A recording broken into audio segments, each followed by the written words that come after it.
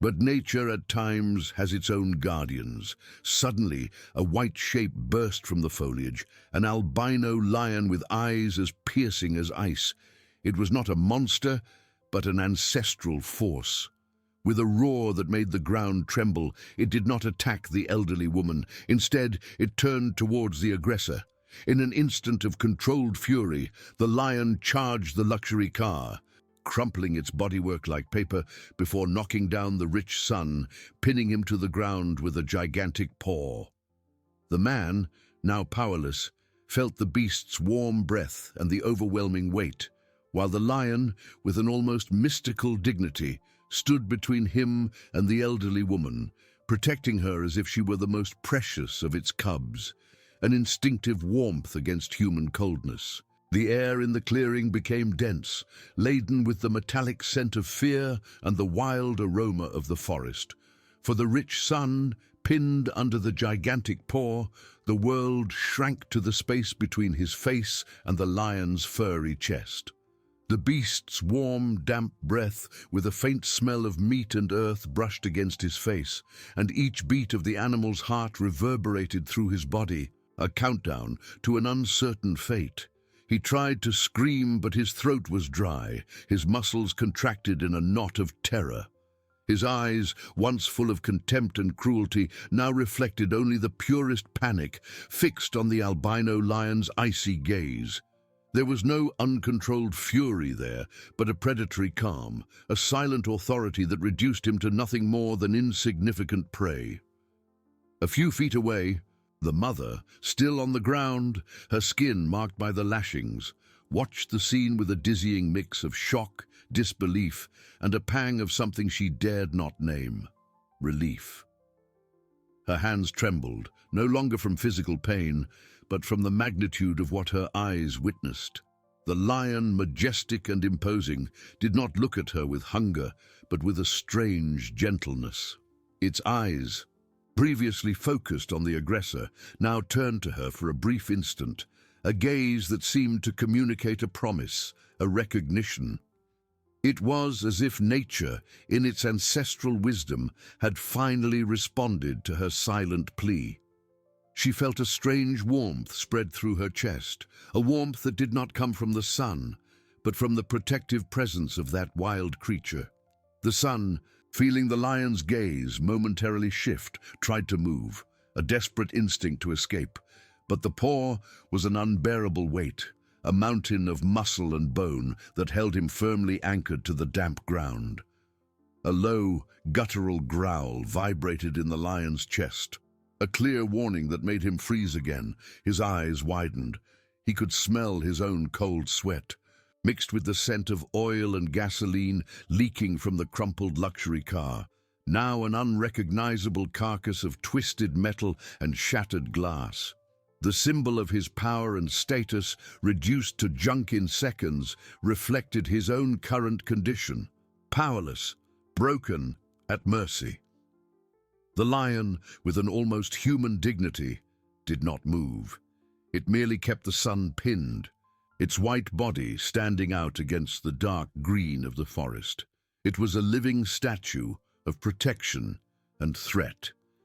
The elderly woman, in turn, began to crawl slowly, not away from the lion, but to a spot where she could see it better, where she could understand the miracle unfolding. Her tear-filled eyes, which had shed so many tears of sadness and pain, now shone with a different light, a light of astonishment and perhaps, just perhaps, of hope. She watched the lion not as a predator, but as a guardian angel, a being from another realm who had come to restore a broken balance. The sun, under the paw, began to tremble uncontrollably. It was not just the fear of the lion, but the chill of the forest that began to penetrate his thin clothes, and the humiliation that gnawed at him from within. He, the man who controlled empires, who dictated lives, was now reduced to an insect under the paw of a beast. His mind, once so sharp in calculations and strategies, now spun in a whirlwind of what-ifs. What if the lion let him go? What if it didn't? He looked at his mother, seeking some sign of pity, of recognition, but she was absorbed, her eyes fixed on the lion as if in a trance. The connection between the beast and the woman was palpable, an invisible line of understanding that completely excluded him. Time seemed to have stopped in that clearing. The sun filtered through the treetops, creating patterns of light and shadow that danced over the surreal scene.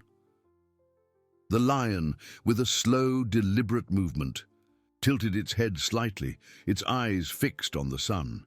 There was no hurry in its movements, only an unwavering certainty.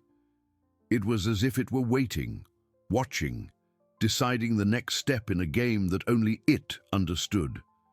The sun felt a shiver run down his spine.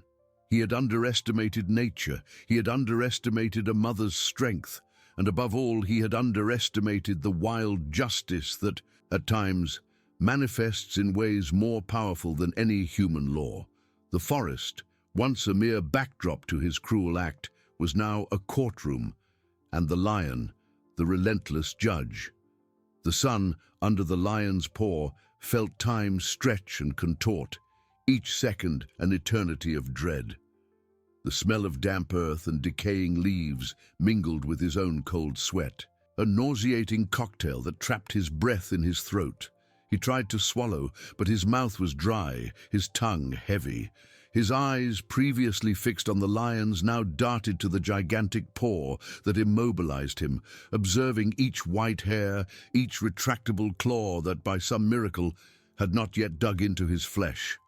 The pressure was constant, a cruel reminder of his helplessness. He, who had always controlled everything, now could not even control his own trembling. The humiliation was almost as overwhelming as the beast's weight.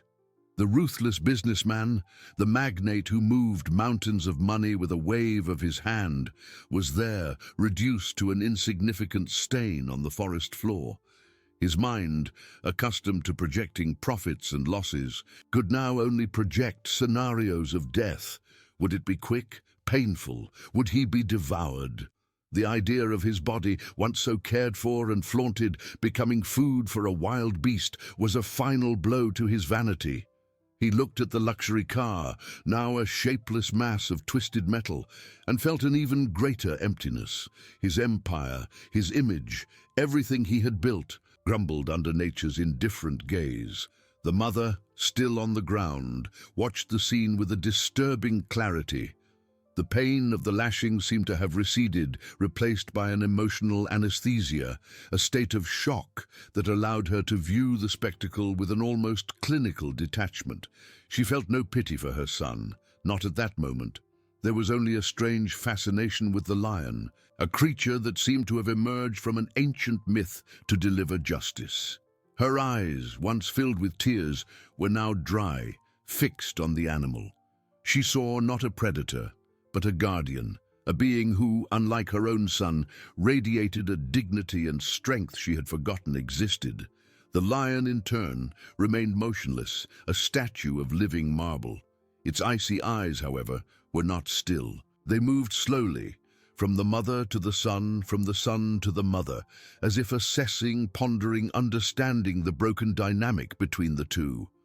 A low, almost inaudible growl vibrated in its chest, but it was not a sound of anger.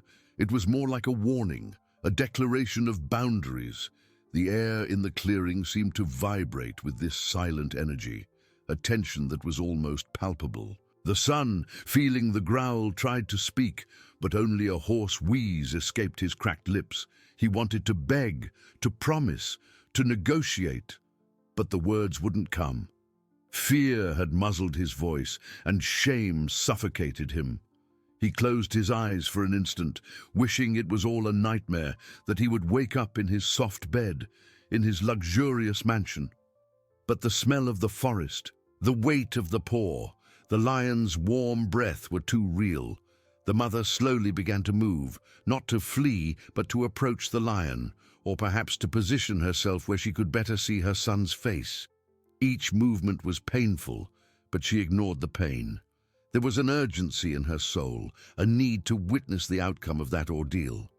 She dragged herself a few inches, her eyes fixed on the lion, seeking silent permission. The lion, as if understanding her, did not react, only maintained its vigilant gaze. The son opened his eyes and saw his mother approaching. There was no pity on her face, only cold observation. That struck him more than any lashing, her indifference, the absence of any trace of maternal love that he had abused for so long, was a devastating blow. He realized with a sudden shock that it wasn't just the lion judging him, but his own mother. And her verdict seemed even more relentless. The sun continued to filter through the treetops, painting the clearing with golden patches, as if nature was oblivious to the human drama unfolding on its stage. But it was not. The entire forest seemed to be silent, listening, watching. The birds had stopped singing, the insects had hushed. It was as if the natural world was holding its breath, waiting for the lion's next move, for the man's next gasp. Suddenly, the lion moved its head slightly, its icy eyes fixed on the mother. It was not a threatening look, but one of recognition, almost of complicity. And then, with a calculated slowness that increased the tension to unbearable levels, the lion began to exert subtly greater pressure on the son's body. Not enough to crush, but enough to break any lingering hope of escape. A muffled groan escaped the son, his muscles contorting under the paw. He felt the ground give way a little more under his weight, the dampness of the earth absorbing the warmth from his body. The mother, seeing the lion's reaction, felt a shiver. It was not fear, but a deep understanding. The lion was not a merciless killer, but an executor of an older, more primordial justice. It was not there to kill out of hunger, but to teach, to punish, to restore balance, and at the same time, to protect. She looked at her son, whose face was contorted in a mask of terror and pain, and for the first time in a long time felt a pang of something akin to compassion. Not for him, but for the pathetic creature he had become. The lion, with its imposing presence, had stripped bare the man's soul, revealing the fragility and cruelty hidden beneath the facade of power. The forest awaited, and with it, the fate of all. The pressure increased, not overwhelmingly, but with unquestionable authority. The son felt the air thin in his lungs, a hoarse groan escaping his throat, more the sound of a wounded animal than a man. The damp ground seemed to suck his body, the cold earth seeping into his clothes, into his skin. Every nerve screamed in protest, but there was nowhere to go.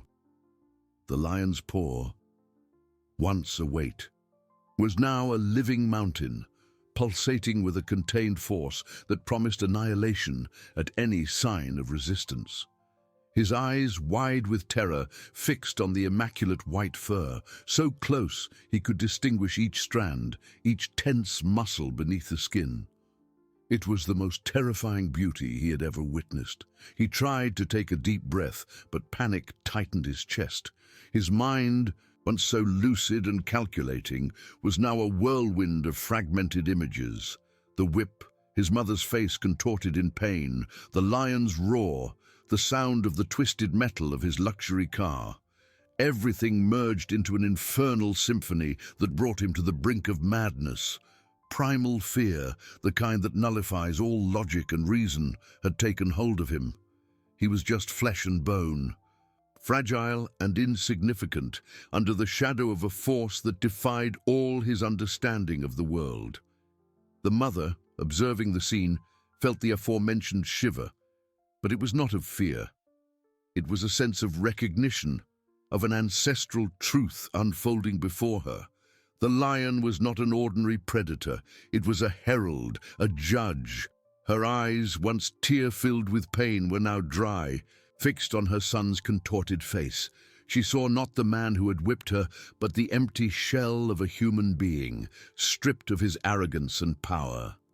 The compassion she felt was fleeting, a faint spark that quickly died, replaced by a cold observation. The lion was doing what she, in her fragility, could never have done, imposing limits, demanding respect, and perhaps, just perhaps, offering a chance at redemption through terror. The lion, with a dignity that transcended any animal, maintained the pressure. Its icy eyes, previously fixed on the mother, now returned to the son, penetrating his soul with an intensity that made him tremble even more. There was no explicit anger, no wild fury, only relentless vigilance, a patience that seemed to stretch time to infinity. It was as if the lion was reading his innermost thoughts, exposing every lie, every cruelty, every character flaw that had led him to that point. The son, feeling the lion's gaze, tried to move his lips again. "Mother," he managed to whisper, his voice hoarse and almost inaudible. It was a desperate plea, a supplication for something he had denied her for years. Pity. But the mother did not react. Her eyes remained fixed, impassive. That mother found no echo in her heart, which had been hardened by years of neglect and abuse. She had cried all her tears, poured out all the love she could give, and now nothing remained for him. The lion, as if understanding the futility of the appeal, let out a low growl, a sound that vibrated through the ground and into the son's chest. It was not a growl of attack, but a warning, a reminder of who was in control. The message was clear. The time for pleas had passed. The time for truth had arrived. The smell of gasoline and oil from the crumpled car mingled with the earthy scent of the forest and the metallic odor of fear. The son closed his eyes, tears streaming down his temples, mixing with the dirt and sweat. He, the man who never cried, who prided himself on his toughness, was there, broken, helpless. The image of his empire, of his imposing buildings, of his overflowing bank accounts, all seemed ridiculous, distant, meaningless. At that moment, under the lion's paw, he was just a man, naked and vulnerable, confronted with the wild justice of nature. The mother, in turn, felt a strange calm. The physical pain of the lashing seemed to have lessened, replaced by a numbness. She watched the lion, not as an animal, but as an entity, a spirit of the forest that had manifested to correct a wrong. There was a wild beauty in the scene, a brutal symmetry. The son, who had used force to dominate, was now dominated by an infinitely greater force.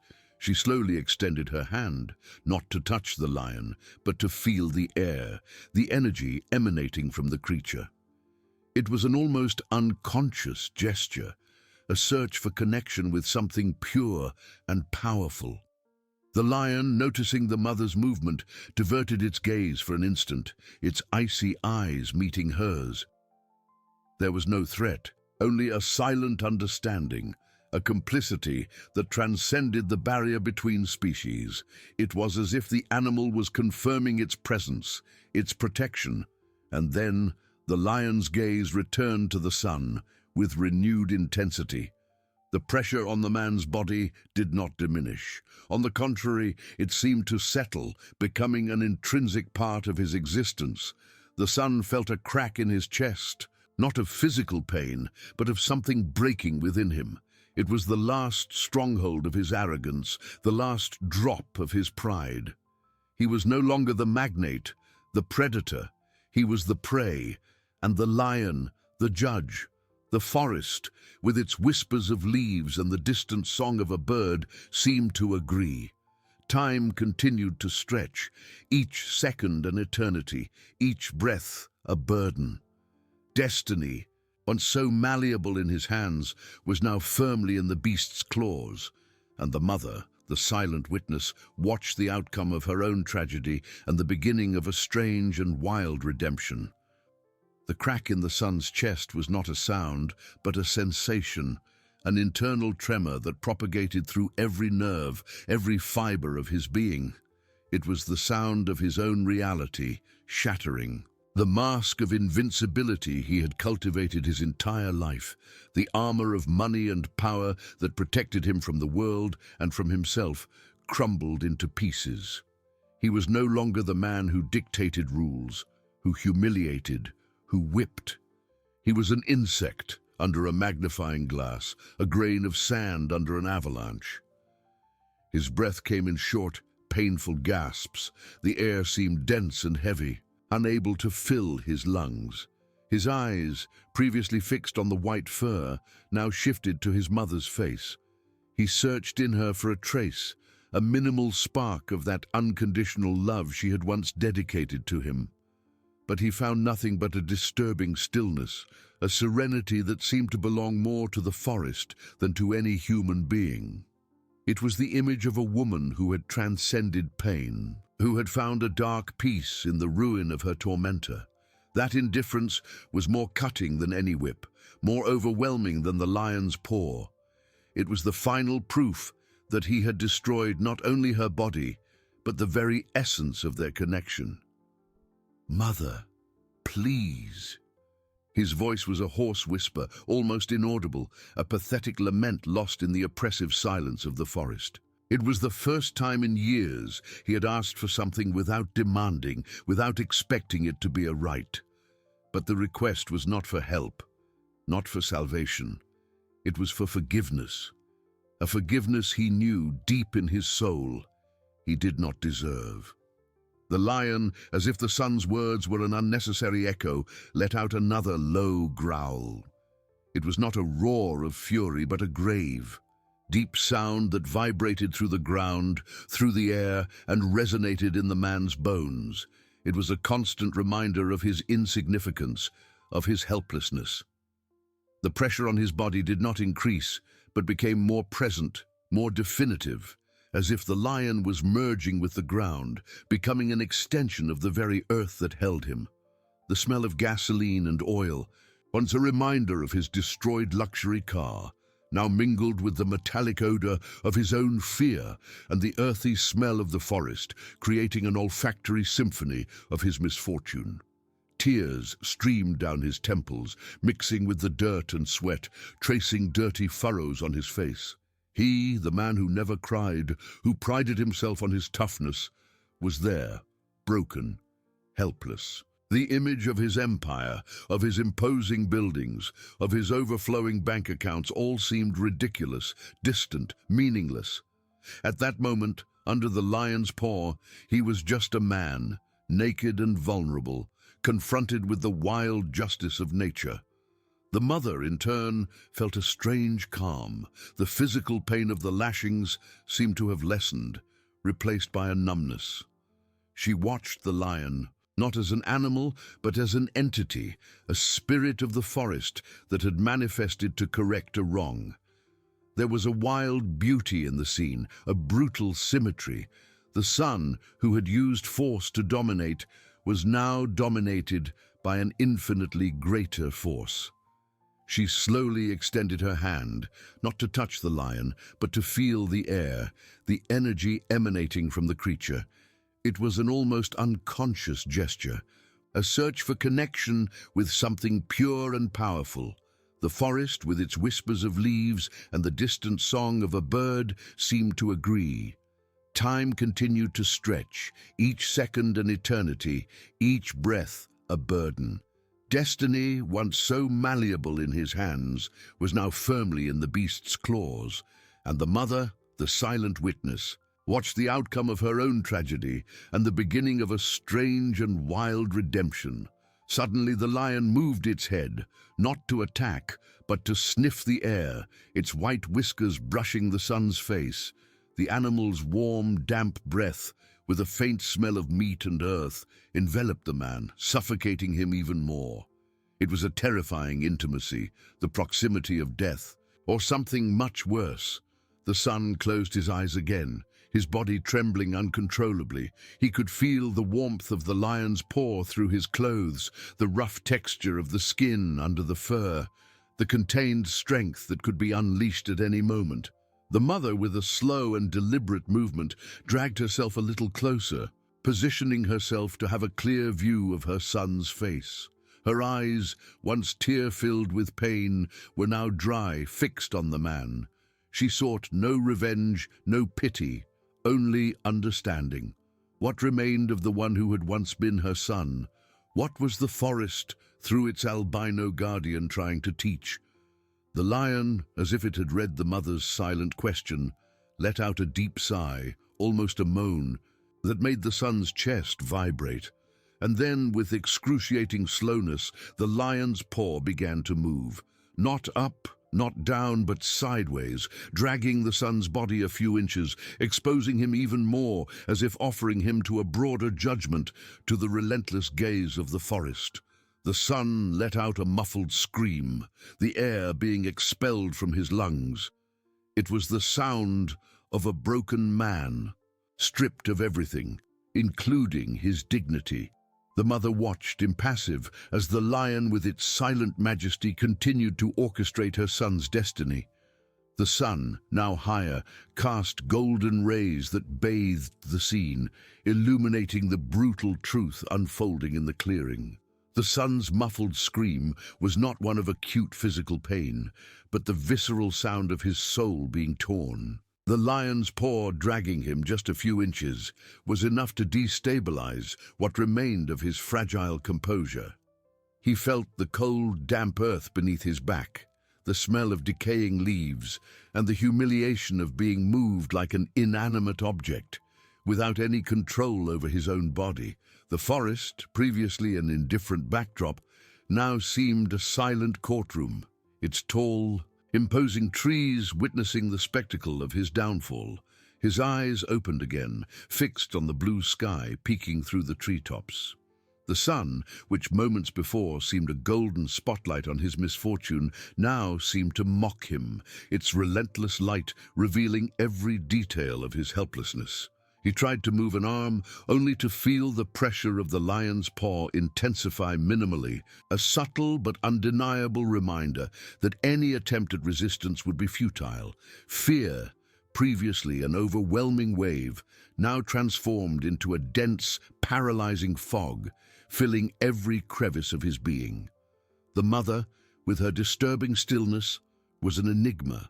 Her eyes showed no anger, no triumph, only a deep observation, as if she were reading the pages of an ancient, complex book. She did not rejoice in his pain. She seemed instead to be seeking an answer, a meaning to it all.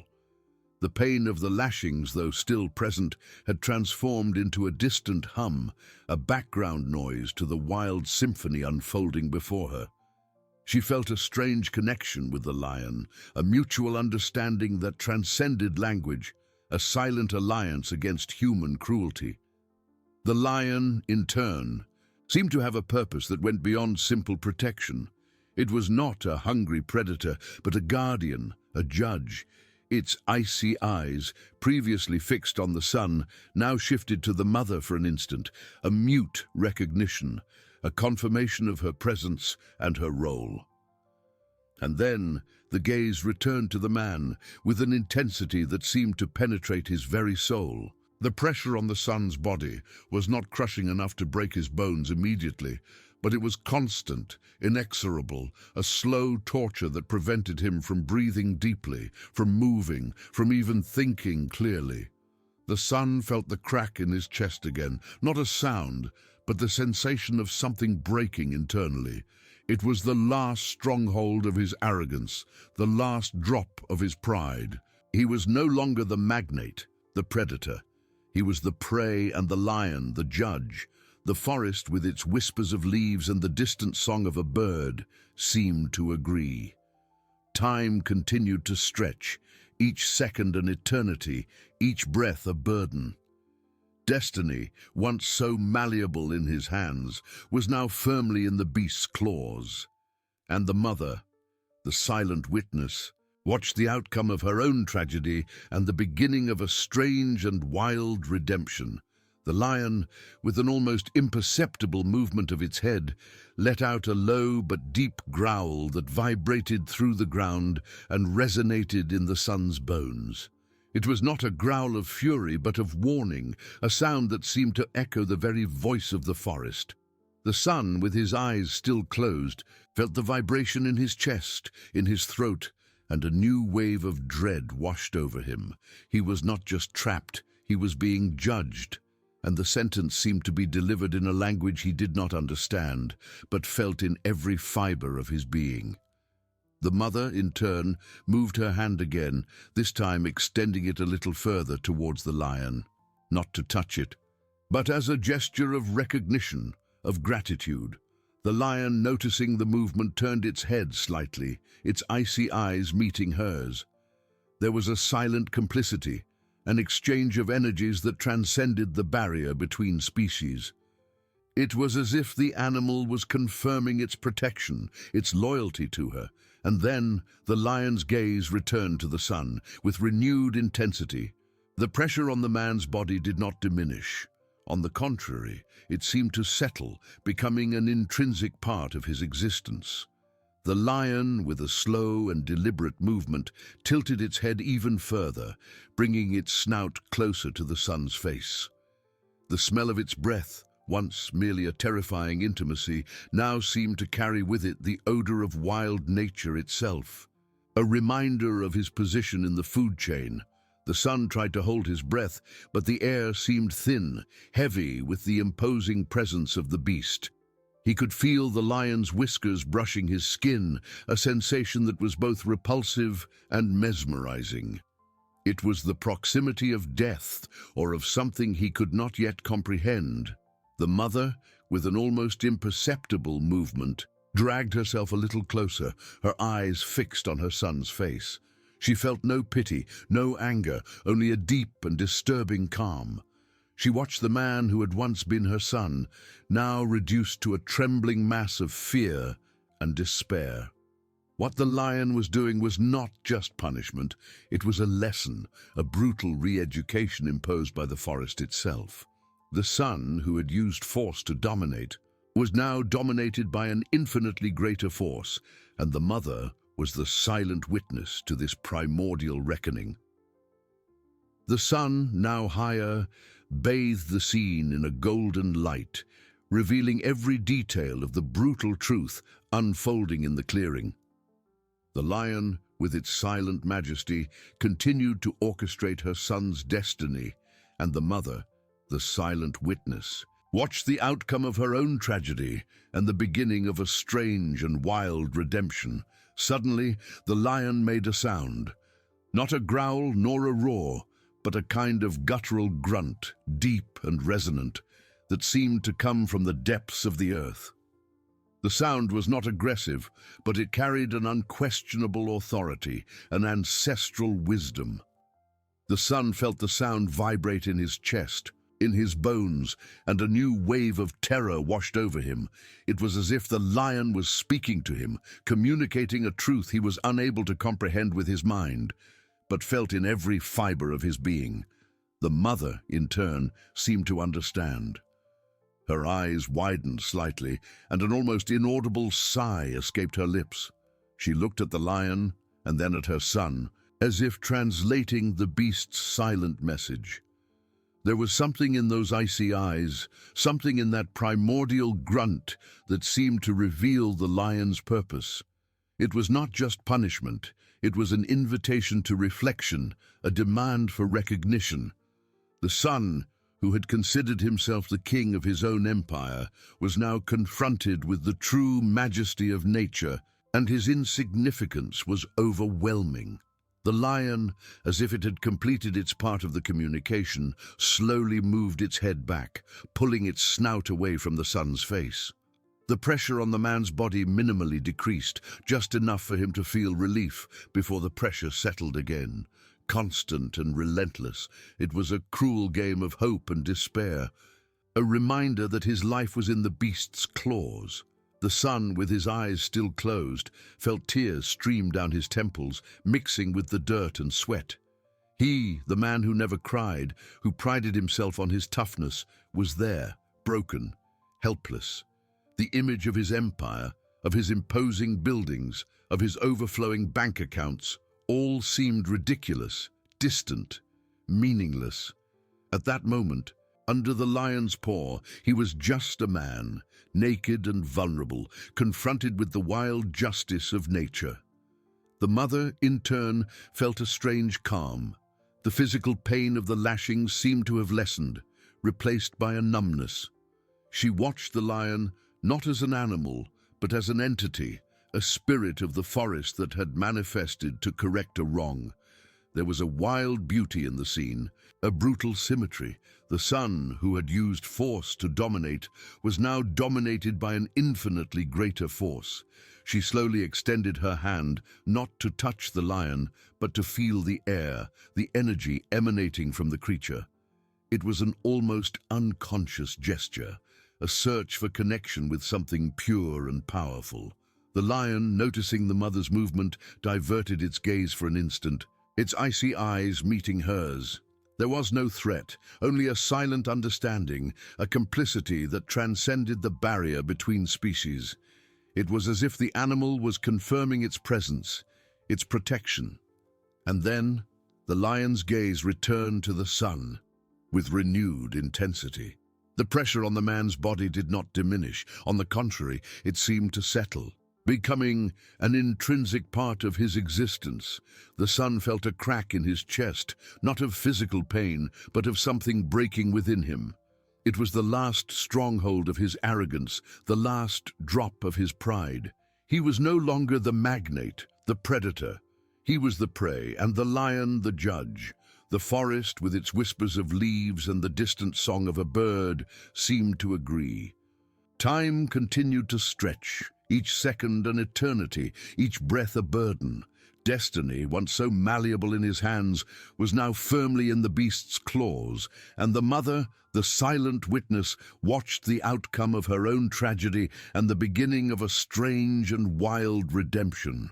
The strange and wild redemption began not with forgiveness, but with complete disintegration. The sun, once a colossus of ego and power, was now just a trembling body under the paw of a predator, his mind a battlefield where the ruins of his empire crumbled into dust. Tears, once a sign of weakness he would never allow, now flowed freely, washing away not only the dirt from his face, but also the crust of years of indifference and arrogance. Each drop was a plea, a silent lament for all he had been and for all he had destroyed. He no longer saw skyscrapers, stock charts, fawning faces. Instead, fragmented images of his life passed like a distorted film. Childhood, his mother smiling, the toys she sewed, the sacrifices he ignored. The lashing he had delivered, once an act of control, now seemed the most pathetic of power grabs. He had tried to dominate his mother, the forest, nature itself, and now nature dominated him with brutal, unquestionable simplicity. The pressure of the lion's paw, constant and heavy, was no longer just physical. It had become an existential pressure, crushing not only his bones, but his soul. He felt the weight of his choices, the burden of his cruelty. The lion's scent, once repulsive, now seemed the smell of truth, of naked, raw reality. There was no escape, no negotiation, only the acceptance of his insignificance. The mother, in turn, continued to observe. Her eyes, once filled with a pain that seemed infinite, now reflected a serene clarity. She saw her son no longer with the anger or resentment of before, but with an almost clinical detachment, as if watching an ancient spectacle, a rite of passage imposed by greater forces. The hand she had extended towards the lion now rested gently on the damp earth, feeling the pulse of the forest, the energy flowing through the soil. She no longer sought revenge. She sought only conclusion, the justice that societal life had denied her. The lion, perceiving the mother's stillness, let out another low grunt, almost a purr, that vibrated in the air and in the son's chest. It was a sound of satisfaction, of confirmation. Its icy eyes, which before seemed only cold and distant, now carried an ancient depth, a wisdom that transcended human understanding. It was not just an animal, it was the guardian, the judge, the executor of a primordial law. With a slow and calculated movement, the lion moved its head again, its eyes fixed on the sun. The pressure on the man's body did not increase, but the sensation of being examined, evaluated, intensified. It was as if the lion was reading his soul, unraveling every layer of deceit and self-deception. The son felt a shiver run down his spine, a coldness that did not come from the environment, but from within, from the recognition of his own failure. He tried to open his eyes just a little, to see the beast's face, to try to decipher what was happening in those icy orbs, but fear was paralyzing. Every fiber of his being screamed to remain in the protective darkness of his closed eyelids. However, a strange force, a morbid curiosity, impelled him. Slowly, with monumental effort, he half opened his eyes. The first thing he saw was the golden glow of the sun filtered through the leaves, dancing on the lion's white fur. It was a breathtaking sight, a wild and terrifying beauty. And then he saw the lion's eyes. They were not just cold. They were piercing, ancient, full of an intelligence he had never imagined in an animal. There was no hatred, no fury, only an unwavering determination, an implacable truth. In those eyes, the son saw himself, a small, insignificant man, consumed by a greed that had blinded him to everything that truly mattered. He saw the forest, vast and indifferent to his concrete empires. He saw his mother, the woman he had abandoned, now protected by a wild majesty he could never buy or control. A moan escaped his lips, a hoarse, broken sound that barely seemed human. It was the sound of a broken man, yes, but also the sound of something new beginning to sprout in the ashes of his pride. It was the sound of recognition, of surrender. The mother, hearing the moan, leaned slightly, her eyes fixed on her son. A shadow of emotion crossed her face, something that was not pity, but perhaps a glimpse of the past, of the boy he once was.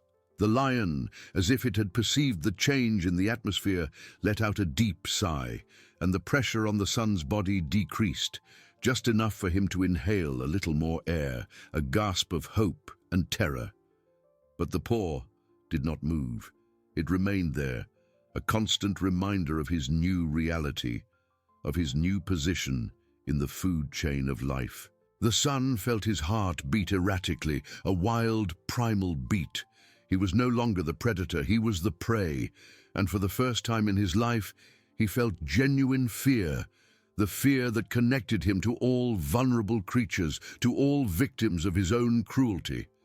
The forest, with its whispers and songs, seemed to envelop the scene, witnessing the judgment and the beginning of a transformation that civilization could never have orchestrated.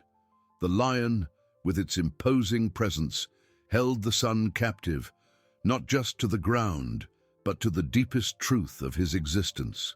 The forest, with its whispers and songs, seemed to envelop the scene, witnessing the judgment and the beginning of a transformation that civilization could never have orchestrated. The lion, with its imposing presence, held the son captive, not just to the ground, but to the deepest truth of his existence. The air, previously dense with the smell of sweat, fear, and earth, now seemed to vibrate with a different energy. The son, still under the colossal paw, felt each beat of his heart reverberate in his ears. The gasp of hope and terror the lion had granted him was a subtle torture. He could breathe, but with each inhale, the paw's weight was a reminder that his life hung by a thread. His eyes, now open, tried to adjust to the filtered light, but his vision was blurred by tears and dust. He dared not avert his gaze from the lion's eyes, those icy orbs that seemed to hold the wisdom of ages. In those eyes, he saw not only his own insignificance, but also the vastness of the time he had wasted.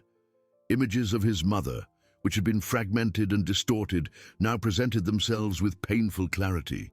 He saw her smile as a child, the effort in her eyes as she worked to support him, her patience with his tantrums, the dedication he had repaid with ingratitude, and finally, with the most brutal of violence. The lashing he had delivered, once a symbol of his power, now burned him from within with unbearable shame.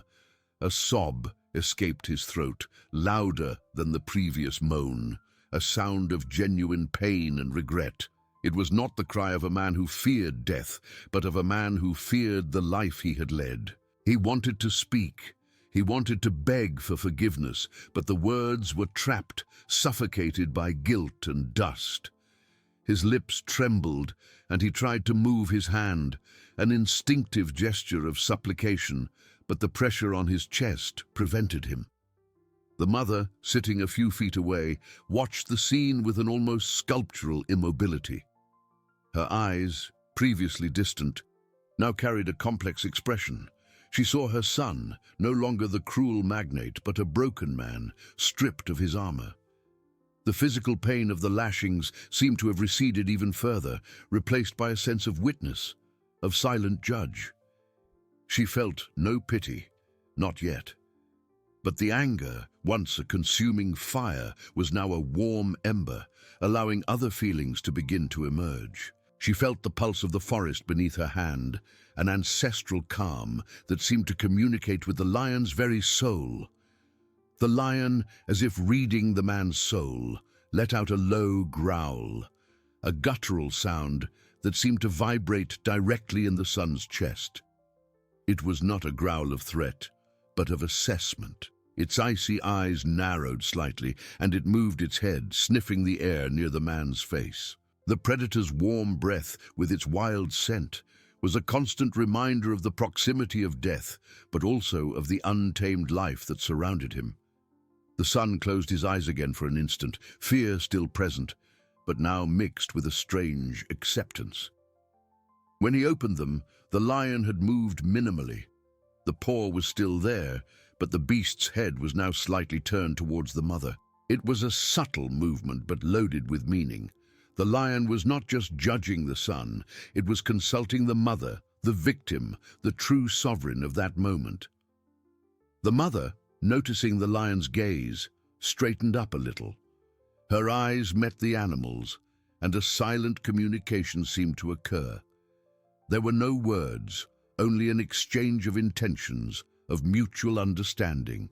She felt the implicit question in those ancient eyes. Is he worthy of a second chance? Does he understand? She looked at her son, who now watched her with wide eyes, hope and terror mixed in his expression. He was no longer the man who had whipped her.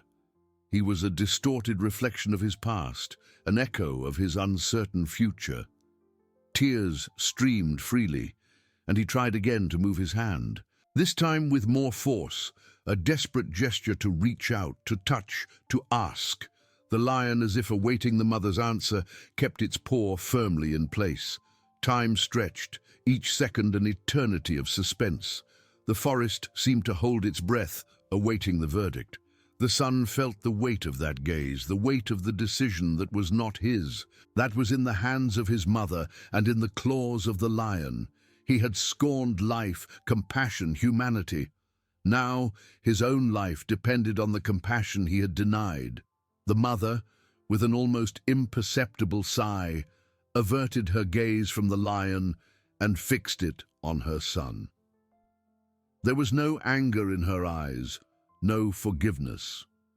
There was only a deep sadness and an unwavering clarity.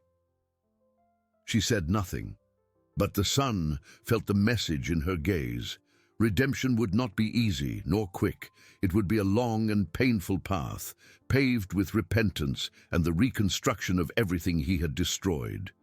The lion, as if it had received its answer, let out a final grunt, this time with a note of finality. The pressure on the son's body did not diminish. On the contrary, the lion's paw settled even more, not to crush, but to immobilize. It was a gesture of containment, not of liberation. The beast was not releasing its prey.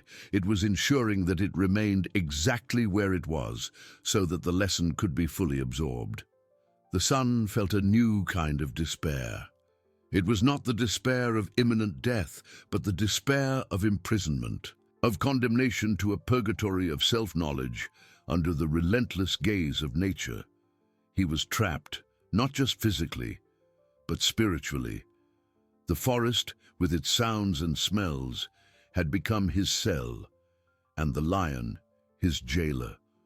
The mother, the silent witness, watched the beginning of his sentence, a sentence that was not of death, but of a new life, forced and brutally honest.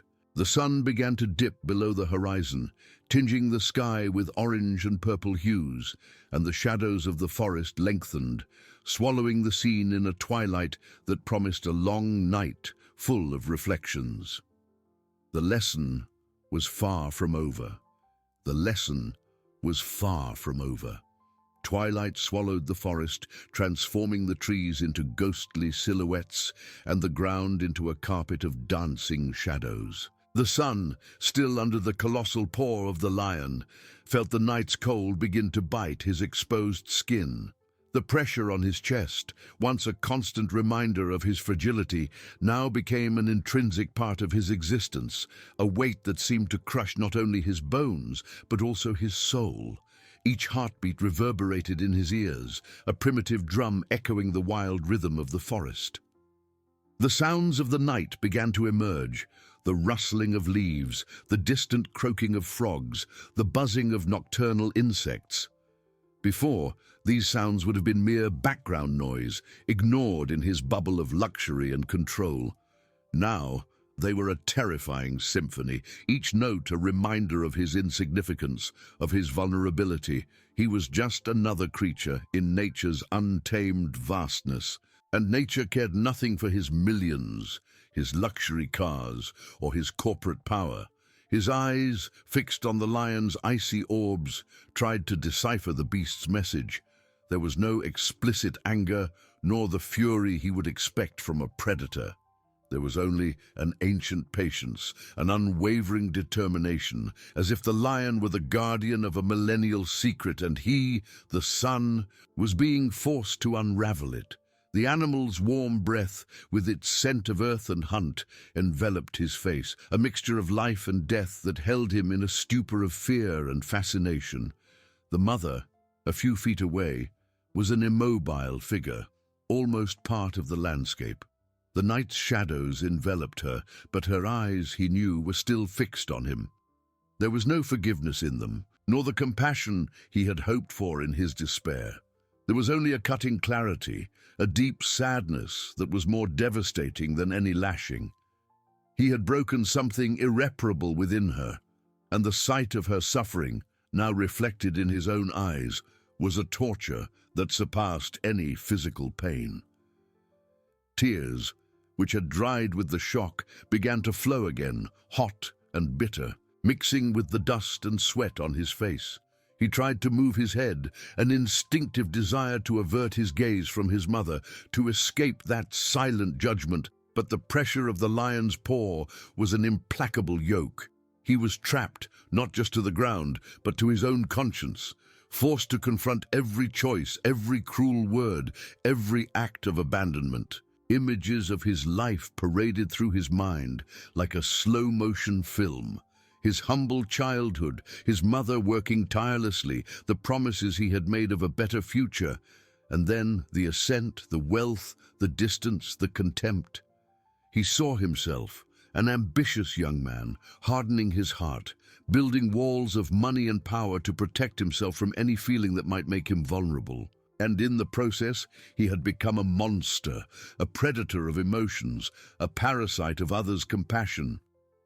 The lion let out a low grunt, a sound that seemed to come from the depths of the earth, vibrating through his body. It was not a warning, but an affirmation. The beast was not just holding him captive, it was forcing him to listen, to feel, to reconnect with the brutal truth of his existence. The truth that he was not the king of the jungle, but a weak creature, dependent on the mercy he had denied others.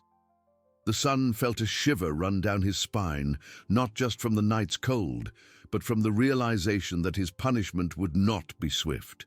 It would not be death that freed him, but a prolonged ordeal, a purgatory of self-knowledge under the relentless gaze of nature and his mother. He was being forced to witness his own disintegration, to see the man he had become crumble under the weight of his own transgressions.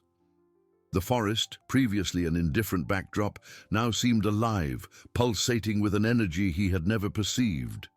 Each shadow, each whisper of the wind, each smell of damp earth and decaying leaves was a reminder of a world he had ignored. A world of life and death, of cycles and balances that his civilization had tried to dominate, but never truly understood. The mother, with an almost imperceptible movement, brought her hand to her chest, not in a gesture of pain, but as if holding something precious, or perhaps as if steadying herself against the current of emotions the scene evoked. She was no longer the helpless victim he had left behind. She was the witness, the survivor, the rock against which his arrogance had shattered. The lion, with its imposing presence, did not move. Its paw remained there, an unbreakable seal of its authority. The son felt despair transform into a bitter acceptance. He could not fight, he could not flee. He was at the mercy of those primordial forces, and the only way out was through pain, through recognition, through the slow and agonizing reconstruction of his own humanity. The night promised to be long, and the darkness an implacable mirror for the soul. He was trapped, and the lesson was just beginning. He smelled the earth, the smell of his own urine of fear, the wild smell of the lion. And, for the first time in a long time, he smelled himself, naked and undisguised. It was a rotten smell, but perhaps, just perhaps, there was a seed of something new there. The smell of damp earth and decaying leaves mingled with the metallic odor of his own fear and the wild breath of the lion.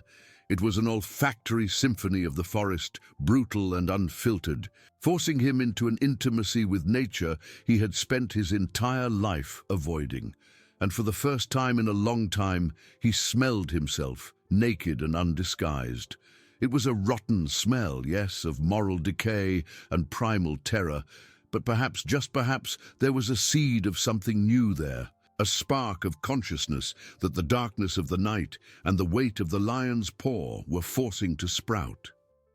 The night advanced, and with it the cold intensified, penetrating his torn clothes and exposed skin. Each tremor of his body was a reminder of his fragility, a stark contrast to the imposing mass of the lion that held him captive. The beast did not move, a monolith of muscle and white fur, its golden eyes fixed on some point beyond the sun, but its presence was a gravitational force that kept him anchored to the reality of his punishment. The son tried to take a deep breath, but the pressure on his chest made the act painful, each inhale an effort, each exhale a sigh of contained despair. His mind, once a whirlwind of panic, began to clear, not with the light of hope, but with the cutting clarity of self-loathing. Images of his life paraded again, but now with cruel sharpness. He saw himself not as the successful businessman, the man of power, but as the spoiled boy who had become a tyrant, the ungrateful son who had disowned his roots. He saw himself whipping his mother, not just with the leather strap, but with every harsh word, every look of contempt, every act of abandonment. The whip, now, was the weight of the lion on his chest, the pain radiating from his bones, the cold that froze his soul. The mother, a few feet away, remained in her stillness, a statue of pain and resilience.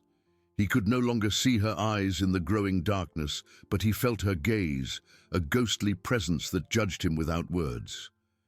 It was a judgment more severe than any court, for it came from the one he had hurt most, from the one who had loved him unconditionally.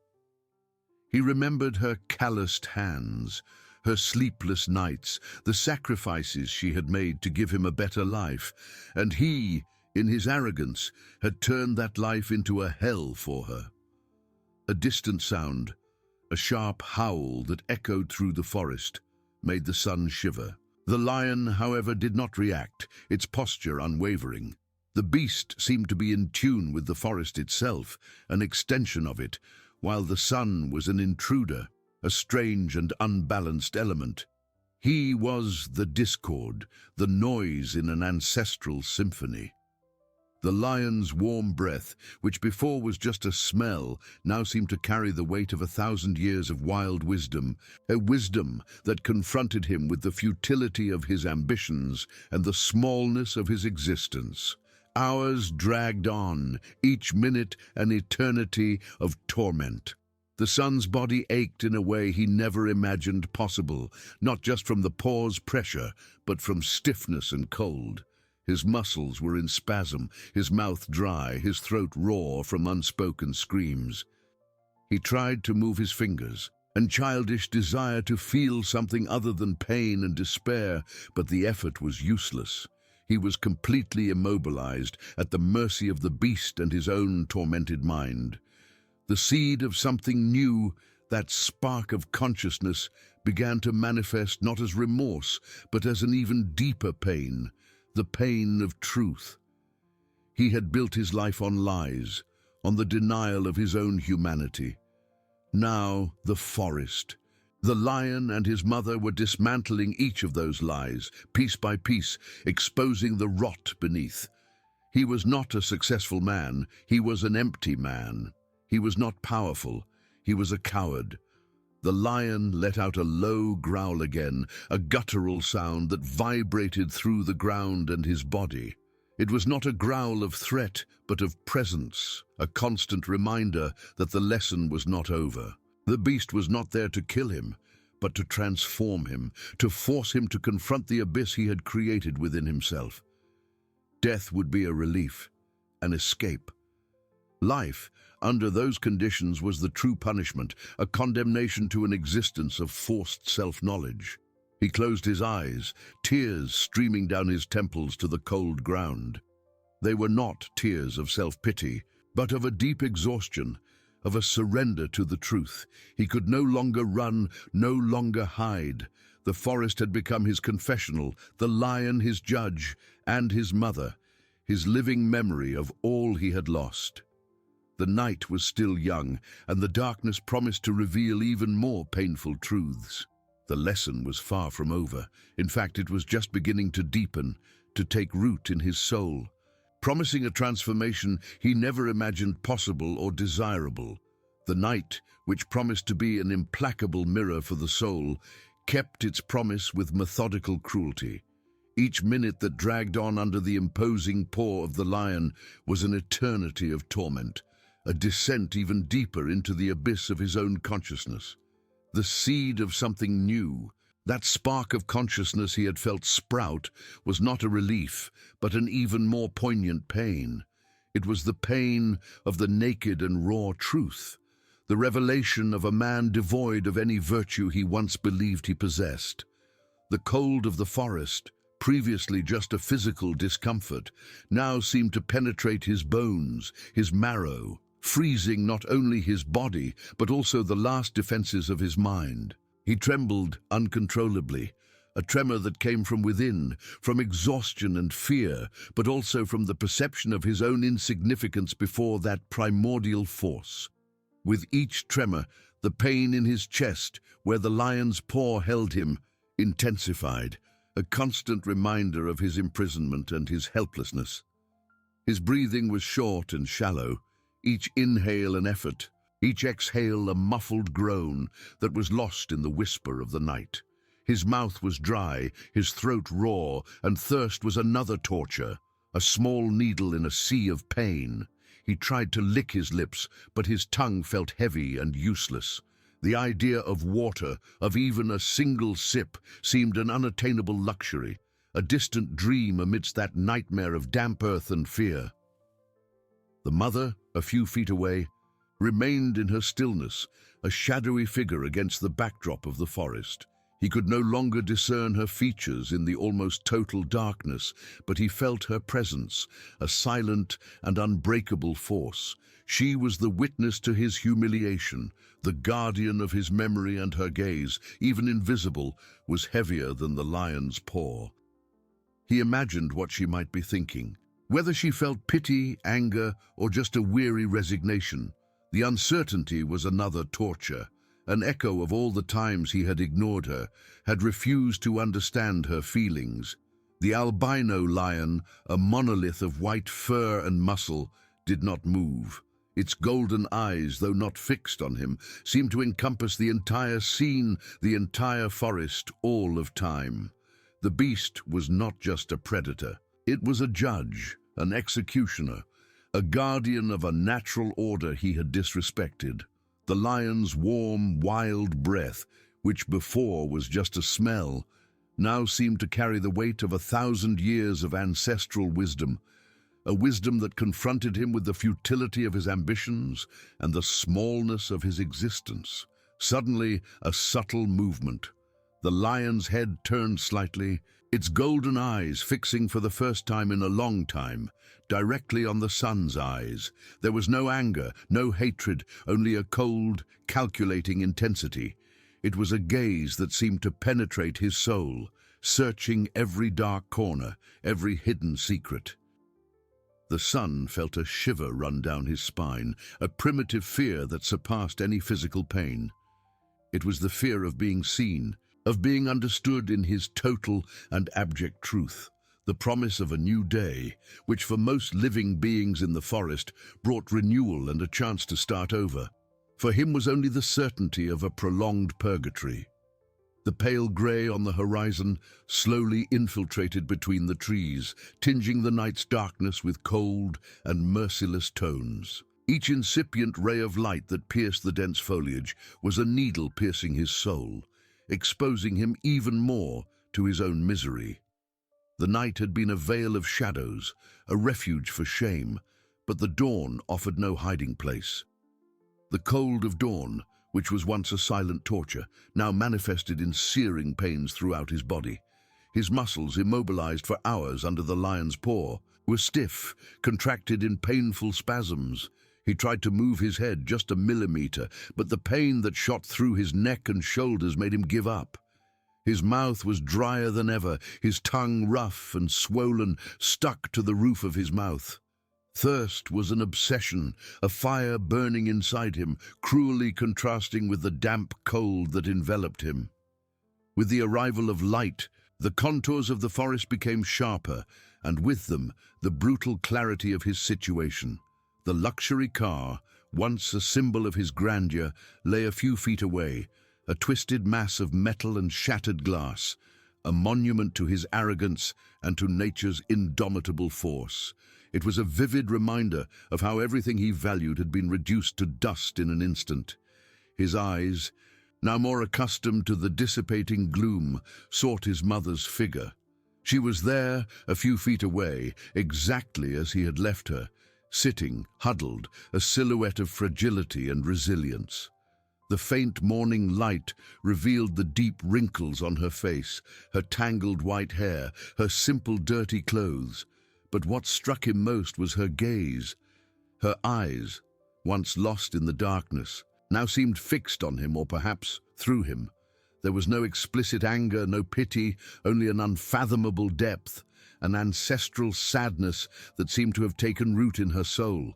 It was the gaze of one who had seen too much, suffered too much, and yet remained. That gaze was sharper than any whip, heavier than the lion's paw. He felt a shiver run down his spine, not from cold, but from a shame so overwhelming that it made him wish for the darkness of night to return. He had tried to erase her from his life, from his memory, but there she was, the personification of everything he had denied. She was his history, his origin, the implacable mirror of his own inhumanity. The albino lion, a monolith of white fur and muscle, remained unyielding. In the daylight, its majesty was even more impressive, almost ethereal. Its golden eyes, which before seemed to encompass the entire forest, now turned to him with a cold, calculating intensity. It was not the gaze of a hungry predator, but of a judge observing the unfolding of a sentence. The beast's warm, wild breath, which before was just a smell, now seemed to carry the weight of 1,000 years of ancestral wisdom, a wisdom that confronted him with the futility of his ambitions and the smallness of his existence. The seed of consciousness, which had sprouted in the darkness, now bloomed in full daylight, not as a relief but as an even more poignant pain. He was not a successful man, he was an empty man. He was not powerful. He was a coward. The lies he had built for himself crumbled under his mother's gaze, and the lion's presence, exposing the rot beneath. He saw himself as a parasite, sucking the life out of everything around him, offering nothing in return. A distant sound, the song of a bird, broke the heavy silence of the forest, announcing the fullness of dawn. For the sun, it was just another reminder of life that continued, indifferent to his agony. He was trapped between the cold earth and the lion's paw, between the past that condemned him and an uncertain future, with no escape. Death would be a relief, an escape. Life, under those conditions, was the true punishment, a condemnation to an existence of forced self-knowledge. Tears, which had streamed in the darkness, now seemed to dry in his eyes, replaced by a burning sensation and exhaustion. He no longer had the strength to cry, nor to fight. Surrender was total, complete. The forest had become his confessional, the lion his judge, and his mother his living memory of all he had lost. And as the sun began to rise above the treetops, bathing the scene in a golden and cruel light, the lesson was far from over. In fact, it was just beginning to deepen, to take root in his soul, promising a transformation he never imagined possible or desirable. The day promised to be even longer and more relentless than the night, and he knew that every minute would be an eternity of torment under the unyielding gaze of the beast and the silent presence of his mother. The sun, now a golden and merciless disk in the sky, slowly climbed above the treetops, transforming the pale grey of dawn into a dazzling brilliance. For the sun, each ray of light was an incandescent spear piercing his soul, exposing him mercilessly to his own misery. The cold of dawn, which was once a silent torture, gave way to a suffocating heat, and sweat streamed down his immobilized body, mixing with the dirt and dried tears. Thirst, once an annoyance, became a searing agony, his mouth an arid desert, his throat ablaze. His eyes, swollen and red, incessantly sought his mother's figure. She was there, a few feet away, a statue of resilience and pain, sitting on the cold earth. The daylight revealed not only the deep wrinkles on her face, but the unwavering dignity that emanated from her, even in her fragility. Her gaze, once an unfathomable depth of sadness, now seemed to carry a different burden. It was no longer just the pain of an abandoned mother, but the silent wisdom of one who had witnessed the collapse of an empire of lies.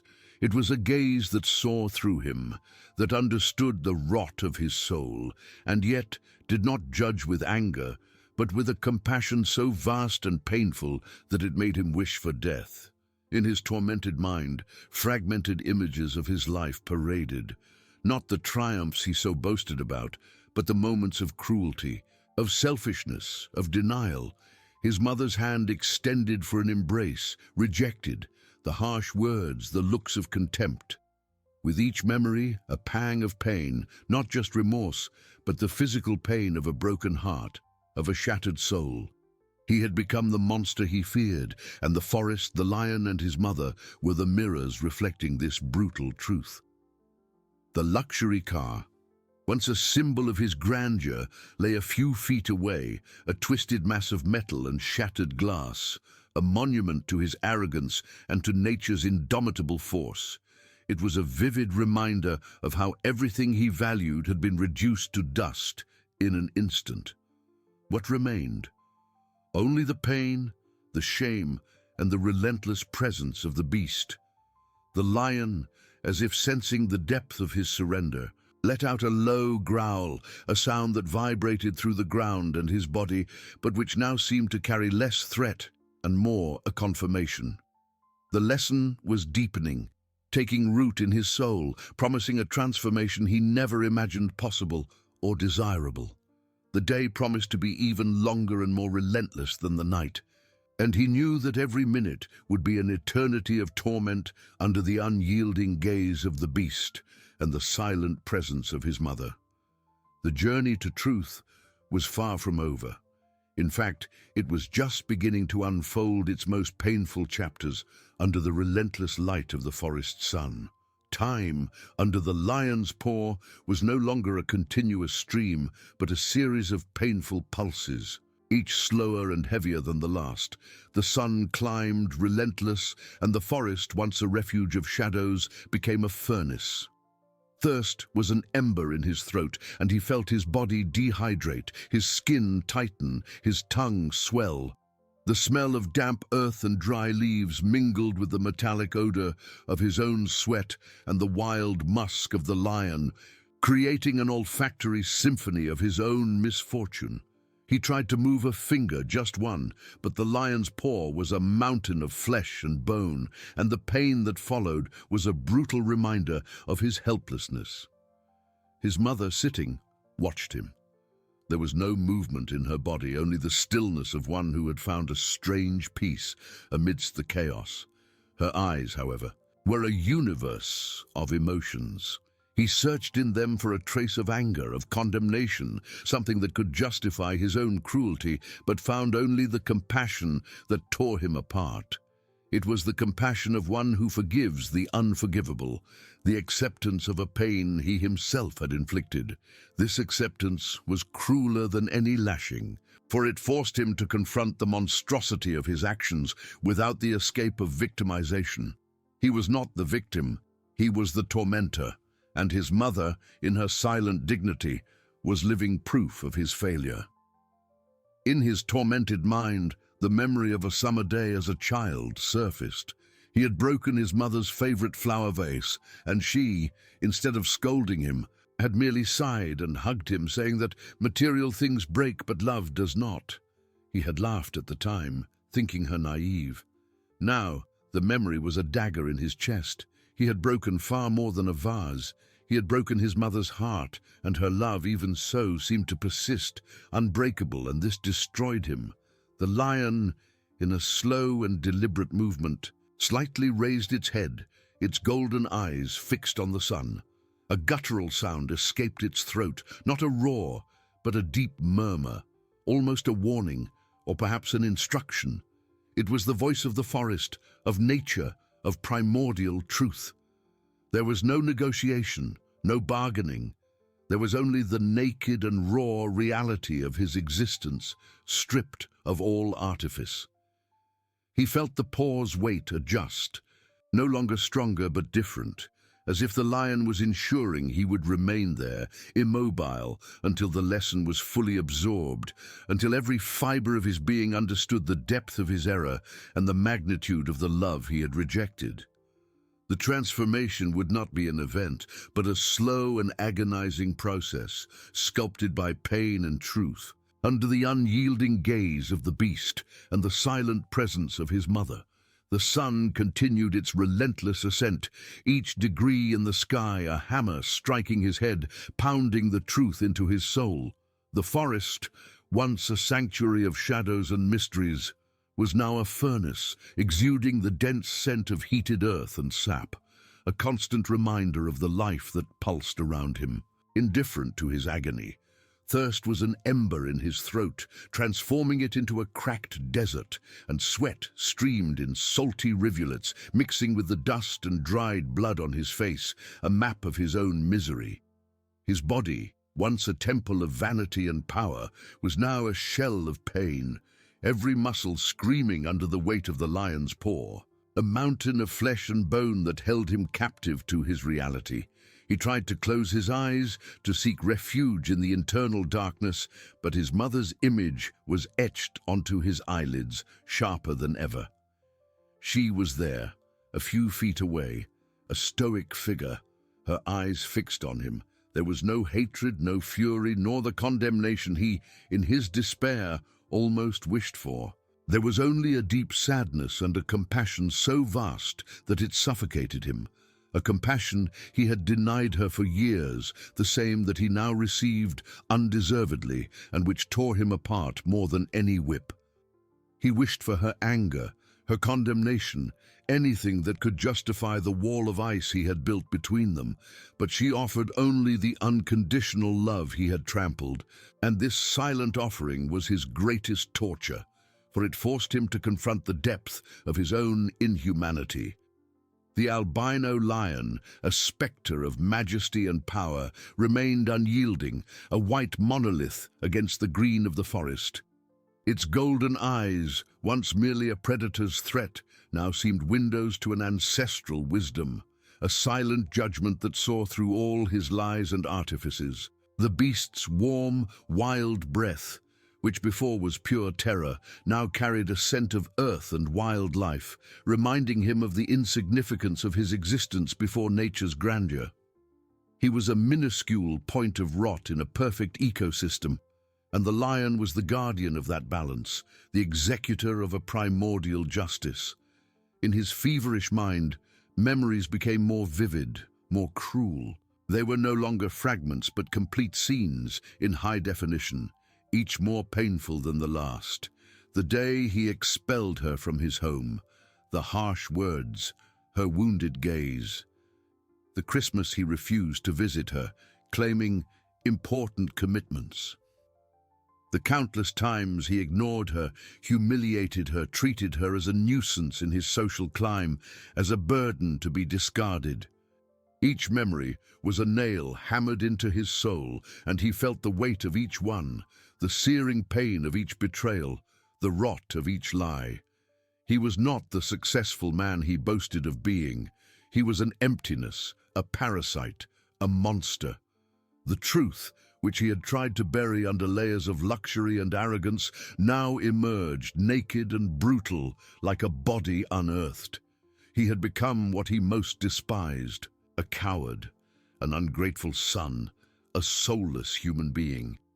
And his mother, whom he had tried to erase from existence, was the sole witness to his true face, the implacable mirror of his own failure. A moan escaped his cracked lips, a hoarse, almost inaudible sound. It was not a moan of physical pain, but of a spiritual agony that surpassed any bodily torment. He tried to lift his head, but the lion's paw was an insurmountable weight, a constant reminder of his helplessness.